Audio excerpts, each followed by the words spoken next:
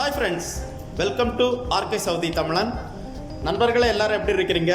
எல்லாரும் நல்லா இருக்கிறியா நம்புகிறேன். நண்பர்களை, நம்ம இன்னைக்கு பார்க்கக்கூடிய video mutton pulao biryani. Mutton pulao biryani எப்படி வைக்கிறதுங்கிறத நம்ம இந்த வீடியோவில் பார்க்குறோம். நம்ம இந்த வீடியோக்கு போய்க்கு முன்னால் நம்ம சேனலை இதுவரைக்கும் சப்ஸ்கிரைப் பண்ணாதவங்க நம்ம சேனலை சப்ஸ்கிரைப் பண்ணிடுங்க. பக்கத்தில் இருக்க பெல் ஐக்கான் பட்டனையும் ஒன்று தட்டி விடுங்க. அப்படின்னா தான் நான் போடக்கூடிய வீடியோ உங்களுக்கு உடனுக்குடன் வரும். ஓகே நண்பர்களே, நம்ம மட்டன் புலாவ் பிரியாணி வைக்கிறதுக்கு என்னென்ன சாதனம் தேவைங்கிறத எல்லாம் எடுத்து வைப்போம்.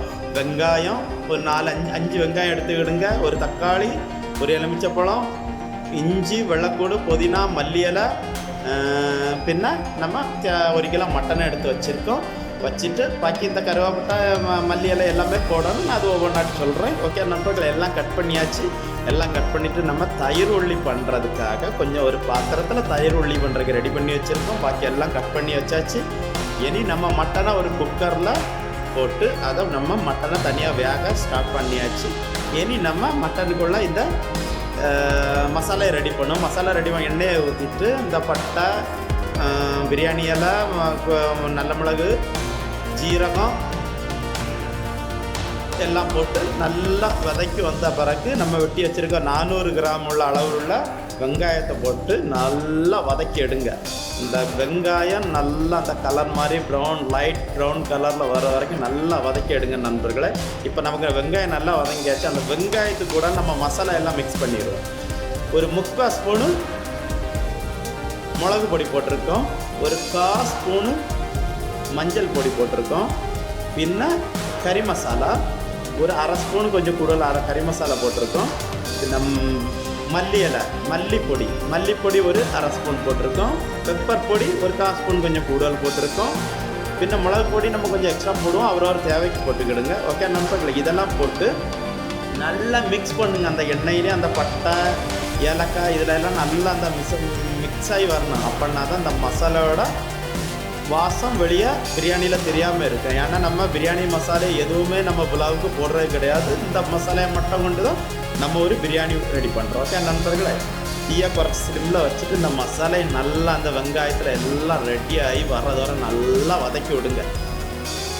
ஒரு 5 நிமிஷம் வதங்கின பிறகு நம்ம அடித்து வச்சுருக்க வெள்ளைப்பூடு, இஞ்சி, பச்சை மிளகு இதை அடித்து வச்சுருக்கோம்ல, அதை போட்டு அதுவும் நல்லா மிக்ஸ் பண்ணணும்.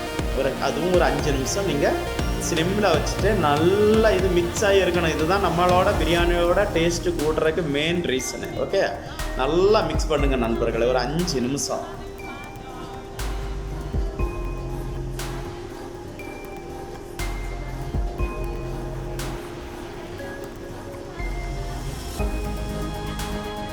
ஓகே நண்பர்களே, நம்ம நல்லா மிக்ஸ் ஆகியாச்சு. அப்போ நம்ம கட் பண்ணி வச்சுருக்க ஒரு பெரிய தக்காளியை கட் பண்ணி உள்ளே போட்டு அந்த தக்காளியையும் ஒரு 5 நிமிஷம் நல்லா வதக்குங்க. அதாவது அந்த தக்காளி அந்த மசாலா கூட எல்லாம் சேரக்கிறவங்கன்னு நல்லா வதக்கிட்டு உப்பு போட்டு விடுங்க. சரியா, தேவையான அளவு உப்பு கொஞ்சம் கொஞ்சம் போட்டு விடுங்க. அப்போ பாருங்கள் நண்பர்கள், நல்லா வதங்கியாச்சு. வதங்கின பிறகு மல்லி இலை, புதினா இலை இந்த ரெண்டையும் கொஞ்சம் கொஞ்சம் போட்டு இந்த மசாலா கூட இது மிக்ஸ் ஆகும். ஓகே நண்பர்கள், என்ன பாருங்கள், நல்லா அந்த அதுவும் ஒரு 5 நிமிஷம் ஸ்லிம்மில் வச்சுட்டு 5 நிமிஷம் இதை நல்லா இதுவும் மசாலா ஆக்கி எடுங்க.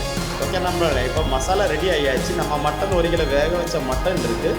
அப்போ மட்டனை உள்ளே போட்டுட்டு அப்போ நல்லா ஒரு கிரேவியாட்டு தண்ணியை ஊற்றிடுறாங்க நண்பர்களை. பார்த்தா தண்ணி ஊற்றாமல் நம்ம அதை நல்லா கிளக்கி நல்லா மசாலாயே எடுக்கணும். பாருங்கள் நண்பர்களே,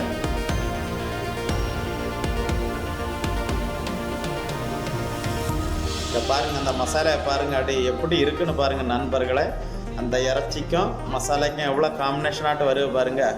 தேவையான அளவு மட்டும்தான் சாதனம் போடணும், எக்ஸ்ட்ரா போடாமல் நம்ம பாடும். இப்போ பாருங்கள், இலக்கிட்டு நம்ம தயிர் ஒரு 2 ஸ்பூனு தயிர் போட்டு விடுங்க. சரியா நண்பர்களே, ஒரு 1.5 ஸ்பூன் போதும். பெரிய ஸ்பூன், சின்ன ஸ்பூனாக இருந்தால் 2 போடுங்க, பெரிய ஸ்பூனாக இருந்தால் 1.5 ஸ்பூனு போடுங்க. போட்டு அந்த மட்டனு மசாலா எல்லாம் சேர்த்து ஸ்லிம்மில் வச்சுட்டு கிட்டத்தட்ட ஒரு 5 நிமிஷம் 10 நிமிஷம் இதை நல்லா ஒரு மசாலா ஆக்குங்க.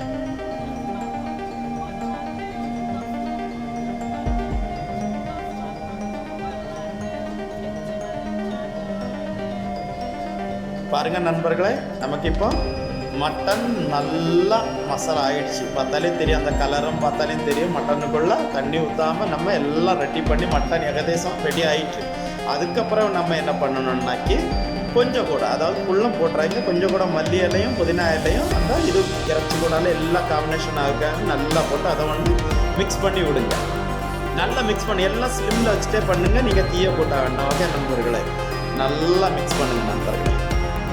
இப்போ பாருங்கள், நம்ம கறி ஏகதேசம் 5 நிமிஷம் வச்சு ரெடி ஆயாச்சு. கறி நமக்கு ரெடி ஆகுன பிறகு நம்ம அங்கே சாதம் ரெடி பண்ண வச்சுருக்கோம்ல, அந்த சாதத்துக்கூடால இந்த இதை போட்டு நல்லா மிக்ஸ் பண்ணணும். அந்த மிக்ஸிங்கில் தான் இருக்குது நண்பர்களே காரியம்.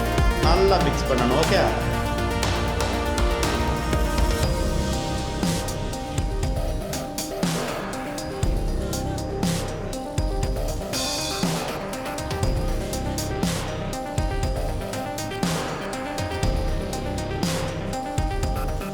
அது கூடலாம் இருக்க நம்ம எலுமிச்சப்பழம் கட் பண்ணி வச்சுருக்க எலுமிச்சப்பழம் எல்லாம் போட்டுக்கிடுங்க. எல்லாம் மொத்தத்தில் சேர்த்து போடுங்க. போட்டுட்டு பாக்கி இருக்க மல்லி இலை புதினா 2 போட்டுக்கிடுங்க. உள்ள போட்டுட்டு நல்லா மிக்ஸ் பண்ணுங்கள். ரைஸு எல்லாம் நல்லா மிக்ஸ் பண்ணணும். மிக்சிங்கில் கொட்டை விட்டுறாங்க. மிக்சிங் கரெக்டாக இருக்கணும். ரைஸ் வெளியே தெரியக்கூடாது, மட்டன் தெரியக்கூடாது, கிரேவி தெரியக்கூடாது, தக்காளி எல்லாம் மிக்ஸ் ஆகி அது நல்லா மிக்ஸ் ஆகி எடுக்கணும். அடுப்பை ஆஃபே பண்ண வேண்டாம், அந்த ஸ்லிம்மில் அப்படியே இருந்து பண்ணிட்டு இருங்க. ஓகே நண்பர்களே,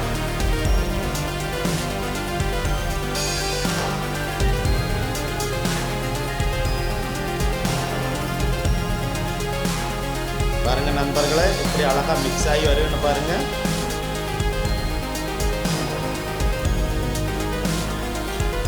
ஆவி பறக்க நண்பர்களே, மனத்தை பார்த்தாரு இப்போவுமே எடுத்து சாப்பிடணும்னு தோணும். ஆனால் பிரியாணியில் அந்த டைம் ஆகும். பாருங்கள் நண்பர்களே, எல்லாம் ரெடி ஆக்கி வச்சுட்டு நம்ம நெய் ஊற்றுறோம். நம்ம என்றைக்குமே நம்ம பிரியாணியில் சொல்லியிருக்கோம், நெய் ஃபஸ்ட்டு ஊற்ற மாட்டோம், நெய் லாஸ்ட்டு மேலே தான் போடுவோம். ஓகே, நெய் ஃபஸ்ட்டு போடவே வேண்டாம். லாஸ்ட்டு அந்த புலாவுக்கு மேலே எல்லாம் தம்மு வைக்கிறதுக்கு என்ன பண்ணி எல்லாம் வச்சுட்டு நெய்யை லாஸ்ட்டு தேவையான அளவு. ஒவ்வொரு ஆளுக்கும் உடம்பு இது இருக்கும், சில ஆளுக்கு கொலஸ்ட்ரால் இருக்கும், அவங்கெல்லாம் நார்மலாக யூஸ் பண்ணுங்கள். பாக்கி உள்ள ஆள் நல்லா யூஸ் பண்ணி சாப்பிட்லாம். ஓகே, நம்ம இப்போ எல்லாம் ரெடி பண்ணியாச்சு.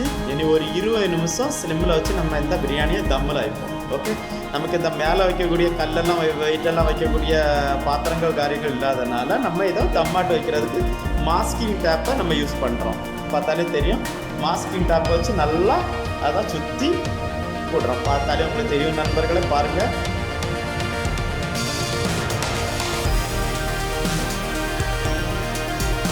மாஸ்கிங் டப்பா கிட்டத்தட்ட நம்ம பாத்திரத்தில் ஒரு 3-4 சுற்று அப்படின்னா தான் அந்த ஆவி புறத்து வராமல் இருக்கு. நம்ம அந்த பிரியாணியில் உள்ள ஒன்றும் வெளியே வராது. அந்த ஏரில் நமக்கு பாத்திரத்தை தள்ளிட்டும் போகாது. நல்லா பேக் பண்ணி வச்சுட்டேன்னா போதும். ஓகே நண்பர்களே, ஒரு 20 நிமிஷம் கழித்து எடுத்தாச்சுன்னா நல்லா மட்டன் புலாவ் பிரியாணி நமக்கு ரெடி. ஓகே நண்பர்களே, நம்ம குக்கிங் உங்களுக்கு பிடிச்சிருக்கோன்னு நினைக்கிறேன், நம்புகிறேன். நண்பர்களே, நம்ம சேனலை நல்லா சப்போர்ட் தாரி, இன்னும் நல்லா சப்போர்ட் தாங்க. நம்ம சேனலை இதுவரைக்கும் சப்போர்ட் பண்ணாதவங்க, சப்ஸ்கிரைப் பண்ணாதவங்க நம்ம சேனலை சப்ஸ்கிரைப் பண்ணிடுங்க. பக்கத்தில் இருக்க பெல் ஐக்கான் பட்டனை தட்டி விட்டுருங்க. அப்படின்னா தான் நான் போடக்கூடிய வீடியோ உங்களுக்கு உடனுக்குடன் வந்து சேரும். ஓகே நண்பர்களே, நம்ம அடுத்த வீடியோவில் சந்திக்க வரை உங்களிடம் விடைபெறுவது உங்கள் நண்பனாகிய நான். வணக்கம் நண்பர்களே, நன்றி நன்றி நன்றி.